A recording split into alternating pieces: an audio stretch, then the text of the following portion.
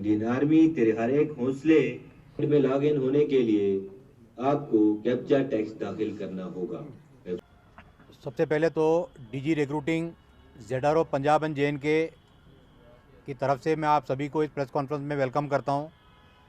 सबसे पहले PRO MOD Srinagar को मैं शुक्रगुजार हूं कि उनकी मदद से आप सबको यहां पे एक जगह पे एकत्रित होने का चांस मिला है।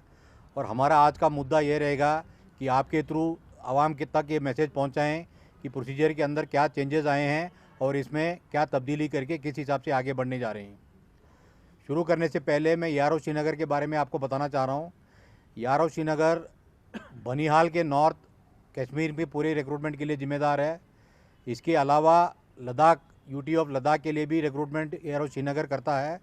तो आप कह सकते हैं कि दोनों फ्रंटियर में रिक्रूट करने वाली यारो श्रीनगर एजेंसी है। आज का ब्रीफिंग का एम ये है कि पहले आप सबको अवगत कराया जाए कि भाई नया रिक्रूटमेंट प्रोसीजर क्या चीज़ है और आपके थ्रू जनरल पब्लिक और आवाम को ये पता चले कि अभी क्या प्रोसीजर चेंज हुआ है, इसमें उनके क्या फ़ायदे हैं और किस हिसाब से इस चीज़ को अप्रोच करनी है।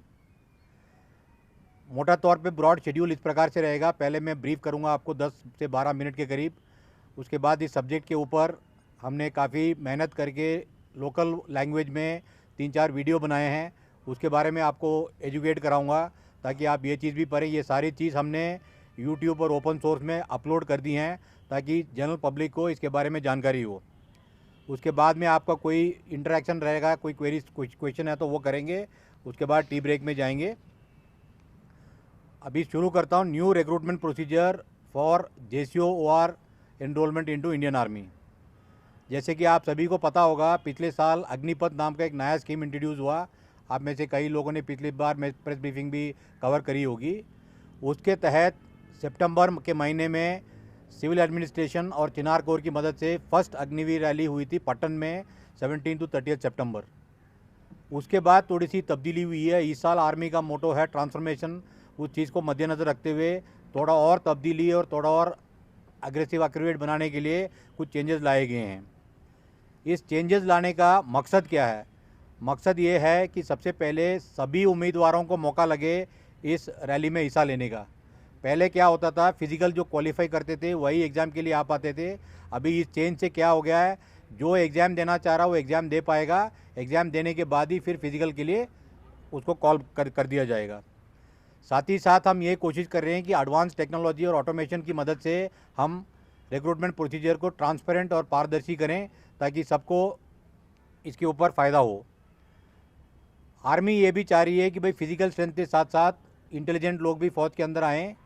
और लास्ट है, जैसे कि आप सभी लोगों ने देखा होगा, रैली जब चलती हैं तब सिविल एडमिनिस्ट्रेशन के ऊपर, कंडक्ट कराने वालों के ऊपर, सबके ऊपर एडमिनिस्ट्रेटिव लोड ज़्यादा रहता है। इस प्रोसीजर से शायद थोड़ी सी एडमिनिस्ट्रेटिव लोड कम होने के चांसेस हैं। अभी की नई प्रोसीजर के 2 फेजेज़ हैं लार्जली।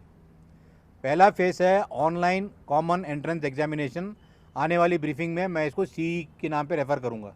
दोबारा बताता हूँ, ऑनलाइन कॉमन एंट्रेंस एग्जामिनेशन, उसको अभी CE बोलेंगे। स्टेज 2 है या फेज़ 2 है रिक्रूटमेंट रैली, जो फिज़िकल मेडिकल टेस्ट वगैरह होते हैं जो पहले भी होते थे। अब इसके अंदर फेज़ 1 में पहला मुद्दा क्या है, 4 सब स्टेजेस हैं इसके। सबसे पहले ऑनलाइन रजिस्ट्रेशन, दूसरा है ऑनलाइन CE, तीसरा है रिज़ल्ट डिक्लेरेशन और चौथा है issue of admit card for phase 2। सिर्फ फेज़ 1 में थोड़ी सी तब्दीली लाई गई है, फेज़ 2 में लार्जली कोई चेंज नहीं है। अभी पहले आप में से कुछ लोगों को पता होगा, पहले रिटन एग्जामिनेशन होता था लास्ट में। रिक्रूटमेंट फेज़ की सबसे लास्ट में होती थी रिटन एग्जामिनेशन। उससे पहले फिज़िकल मेडिकल और ये सारी चीज़ें ख़त्म हो चुकी थी। इस मेथड में हम क्या कर रहे हैं, पहले CE पहले कर रहे हैं और बाकी कार्रवाई बाद में होगी। फर्स्ट स्टेप है ऑनलाइन रजिस्ट्रेशन। ये शुरू होता है ये कार्रवाई रैली नोटिफिकेशन के इशू होने के साथ। रिक्रूटिंग ईयर 23-24 के लिए रैली नोटिफिकेशन 16 फरवरी 23 को ऑलरेडी अपलोड कर दिया गया है। आप में से कुछ लोगों को जिनको नोटिस मिली होगी, जो मैंने PRO साहब को रिक्वेस्ट किया था कि सभी तक पहुंचाएं, तो आप तक पहुंच गई होगी। ये अब की बार क्या हुआ है, पूरे देश भर में एक ही डेट में अपलोड हुआ है 16 फरवरी को, और रजिस्ट्रेशन पूरे देश में खुला रहेगा 15 मार्च 23 तक। तो इसके बीच में जो कैंडिडेट रजिस्टर नहीं करेगा वो इस रैली के अंदर या इस साल के रिक्रूटमेंट के अंदर शामिल नहीं हो पाएगा। तो जैसे कि मैं दोबारा बता रहा हूँ, इसमें रजिस्ट्रेशन करना सबसे निहायती ज़रूरी है।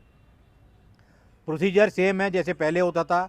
इसको और ऑटोमेटेड और टेक्नोलॉजी की फ़ायदा लेने के लिए क्या कर दिया गया है, आधार कार्ड बेस्ड और मैट्रिकुलेशन सर्टिफिकेट बेस्ड कर दिया है। इसको डिजी लॉकर के साथ लिंक कर दिया गया ताकि आपकी जितनी डाटा ऑलरेडी डिजी लॉकर में है वो ऑटोमेटिकली इसके अंदर एक्सपोर्ट हो जाएगी। आपको ये भी बता दूं, जेके बोस ने ऑलरेडी डिजी लॉकर के अंदर माइग्रेट कर दिया है और जो डाटा मैट्रिकुलेशन सर्टिफिकेट को हमको चाहिए उसके अंदर ऑलरेडी अवेलेबल कर दिया गया है। ये प्रोसीजर को कैसे करना है इसके लिए हमने एक वीडियो बनाया है उर्दू के अंदर, जो अभी आपको दिखाया भी जाएगा और इसको कैसे एक्सेस करना है ये भी बताया जाएगा, ताकि आप जनरल पब्लिक को बताएं इसको लेके कैसे फ़ायदा करें, ताकि जो कॉमन जो क्वेरीज होते हैं, कॉमन ऑब्जर्वेशन जो होता है, जो मुश्किलात आती हैं उसको कैसे हैंडल करना और किस हिसाब से इसको कवर कर सकते हैं। इसमें ऑनलाइन रजिस्ट्रेशन में जो इम्पोर्टेंट चेंज आई है वो ये है कि आपकी बार एक रजिस्ट्रेशन फ़ीस नॉमिनेट किया गया है। पिछले साल जो भी आप में से कोई कवर कर रहे थे आपको पता होगा इसके अंदर कोई फ़ीस नहीं चार्ज होता था, आप रजिस्टर करके अपीयर कर सकते थे। आपकी बार इस प्रोसीजर के लिए रजिस्ट्रेशन के टोटल चार्जेस हैं 500 रुपये, जिसके अंदर 250 रुपीज़ प्लस कुछ बैंक के सर्विस चार्जेस होते हैं वो कैंडिडेट ने देना है, बाकी 250 रुपीज़ इंडियन आर्मी पे कर रही है। आप समझ रहे हैं क्या बोल रहा हूँ मैं? तो ऑलरेडी भागीदारी में इंडियन आर्मी 50% का लोड ले रही है जो भी लोग रजिस्टर करना चाह रहे हैं। इसमें से ये ज़रूरी नहीं है कि सारे लोग लास्ट स्टेज तक क्वालिफाई कर पाएंगे, तो आप में से भी कोई रजिस्टर करना चाह रहा है, रजिस्टर करेंगे तो आपका 50% fee Indian army as it is pay कर रही है। नेक्स्ट है, रोल नंबर तभी जनरेट होगा जब फीस पेमेंट सक्सेसफुल हो जाएगी, और ये रोल नंबर प्रोसीजर की स्टार्ट से लेके प्रोसीजर की लास्ट तक यही रोल नंबर चलता रहेगा। पेमेंट आप कई तरीके से कर सकते हैं, online banking, net banking, UPI, Bhim, internet, credit card, debit card, जिसी से भी करना है। पर अभी जो नोटिफिकेशन अपलोड करने के बाद और आज तक की डेट में हमको जो पता चला है, जो मैं आपके द्वारा आवाम को बताना चाह रहा हूँ, कई लोग क्या करते हैं, उनके बैंक अकाउंट या कार्ड को ऑनलाइन ट्रांजैक्शन के लिए एनेबल नहीं करते हैं, जिसकी वजह से वो पेमेंट नहीं कर पा रहे हैं। तो बंदा रजिस्टर करना चाह रहा है, लास्ट स्टेज तक पहुंच गया, पर क्यों नहीं सक्सेसफुल हो पा रहा है, क्योंकि वो ऑनलाइन ट्रांजैक्शन के लिए एनेबल्ड नहीं है। तो जो भी आपके पास आएगा या जहाँ भी आप बताएंगे, आप बता देंगे इसको, तो क्लियर हो जाएगी। इसको करने के लिए भी किस हिसाब से रजिस्टर करना है, हमने उर्दू में एक वीडियो बनाया है जो दोबारा मैं आपको दिखाऊंगा, और कहाँ से अपलोड करके कैसे इसको एक्सेस कर सकते हैं इसके बारे में भी बताऊंगा। कैंडिडेट ने एग्जामिनेशन के 5 सेंटर चुनने हैं। मोटे तौर पे कश्मीर के लिए श्रीनगर, बड़गांव, कुपवाड़ा / बारामूला, ये 3 सेंटर होंगे। लद्दाख के लिए लेह और कारगिल होंगे। कोशिश यही रहेगी कि भाई इन सेंटरों के अंदर अंदर ही जो भी कैंडिडेट एग्ज़ाम देना चाह रहा है उसके अंदर एग्ज़ाम दे सकता है। कुछ लोग होंगे जो बाहर कहीं रह रहे हैं, कहीं और एग्ज़ाम देना चाह रहे हैं, अभी वो प्रोसीजर ऐसे आया नहीं है कि इधर वाले लोग बाहर कहीं दे सकें, इनको इसी सेंटर में ही किसी न किसी जगह पे एग्ज़ाम देना होगा।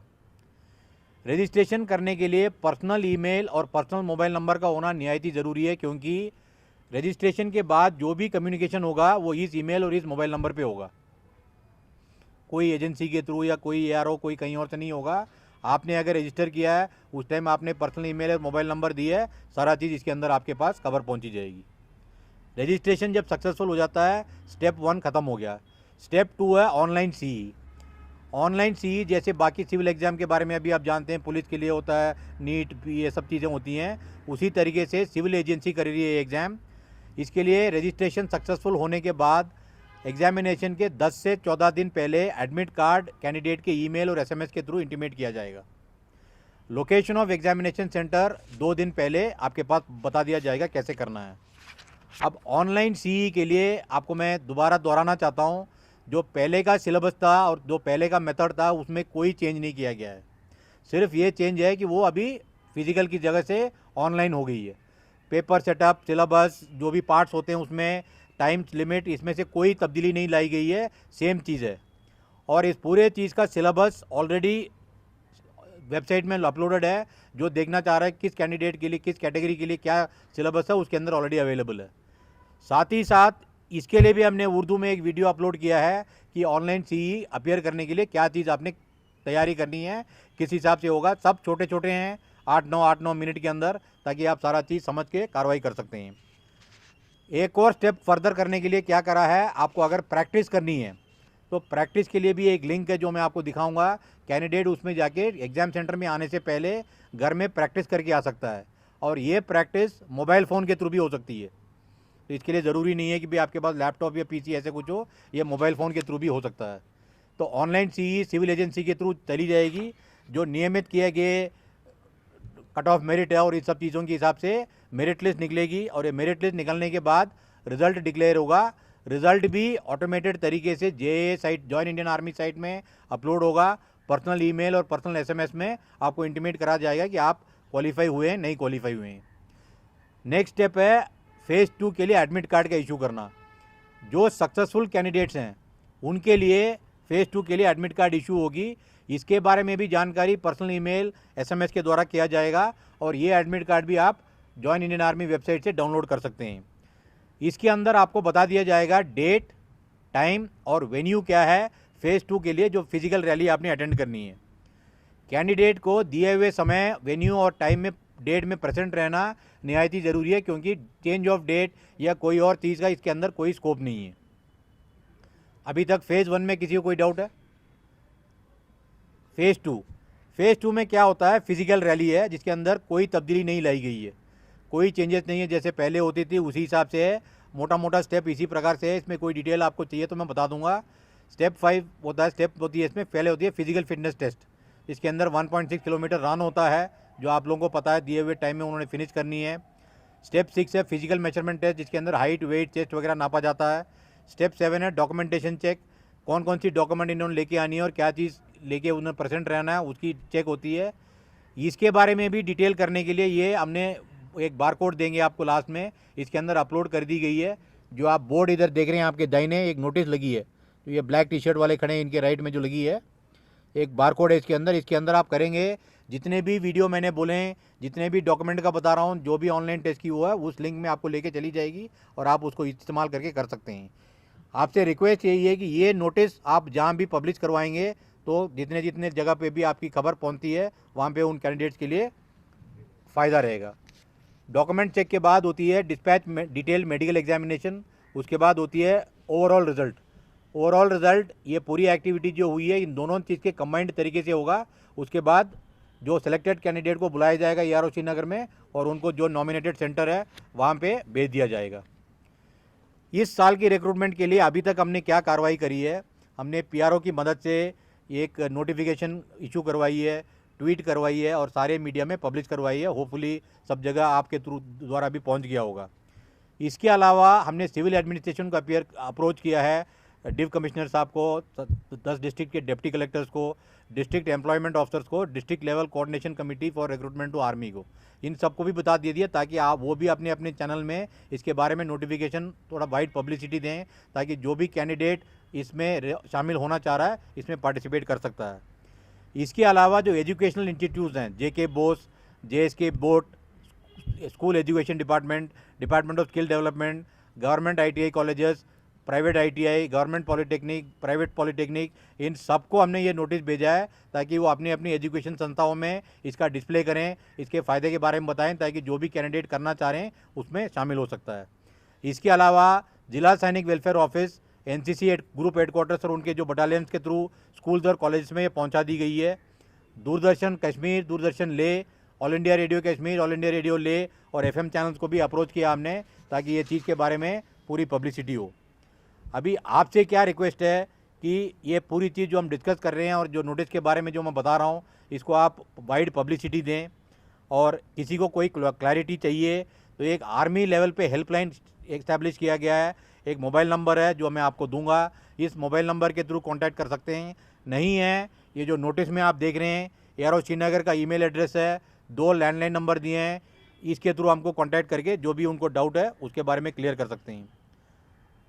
मोटा मोटा टाइमलाइन इस साल 23-24 के लिए इस प्रकार से रहेंगे। रजिस्ट्रेशन जैसे मैंने आपको बोला 16 फरवरी से 15 मार्च तक चलेगी।